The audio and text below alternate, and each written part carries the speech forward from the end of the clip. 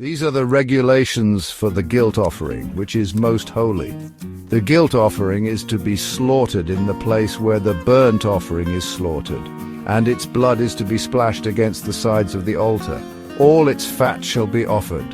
The fat tail and the fat that covers the internal organs, both kidneys with the fat on them near the loins, and the long lobe of the liver, which is to be removed with the kidneys.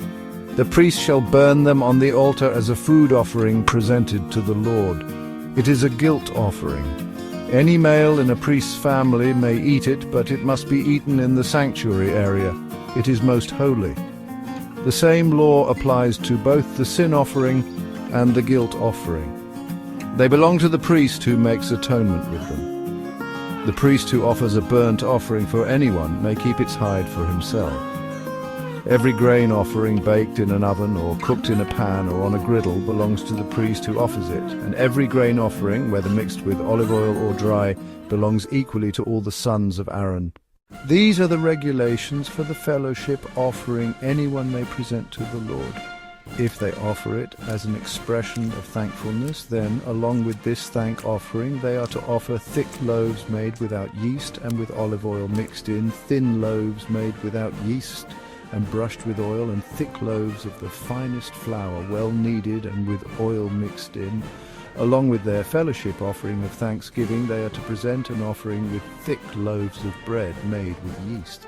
They are to bring one of each kind as an offering, a contribution to the Lord. It belongs to the priest who splashes the blood of the fellowship offering against the altar. The meat of their fellowship offering of thanksgiving must be eaten on the day it is offered. They must leave none of it till morning. If, however, their offering is the result of a vow or is a free will offering, the sacrifice shall be eaten on the day they offer it, but anything left over may be eaten on the next day. Any meat of the sacrifice left over till the third day must be burned up.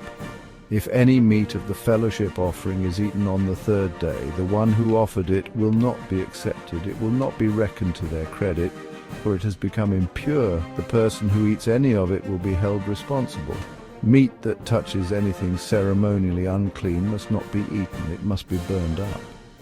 As for other meat, anyone ceremonially clean may eat it, but if anyone who is unclean eats any meat of the fellowship offering belonging to the Lord, they must be cut off from their people. Anyone who touches something unclean, whether human uncleanness or an unclean animal or any unclean creature that moves along the ground, and then eats any of the meat of the fellowship offering belonging to the Lord, must be cut off from their people. The Lord said to Moses, "Say to the Israelites, do not eat any of the fat of cattle, sheep, or goats.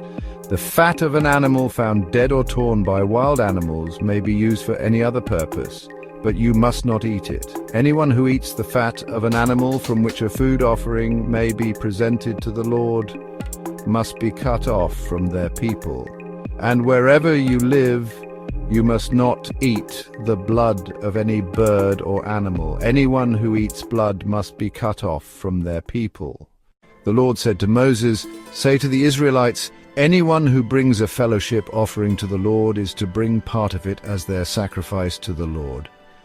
With their own hands they are to present the food offering to the Lord.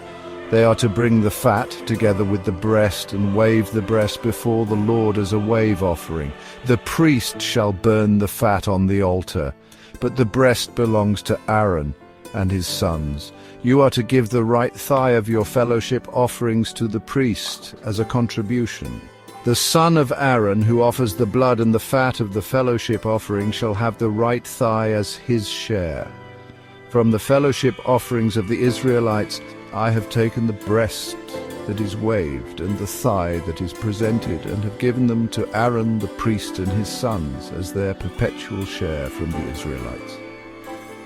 This is the portion of the food offerings presented to the Lord that were allotted to Aaron and his sons on the day they were presented to serve the Lord as priests.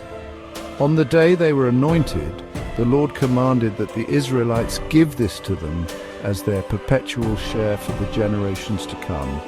These then are the regulations for the burnt offering, the grain offering, the sin offering, the guilt offering, the ordination offering, and the fellowship offering, which the Lord gave Moses at Mount Sinai in the desert of Sinai on the day he commanded the Israelites to bring their offerings to the Lord.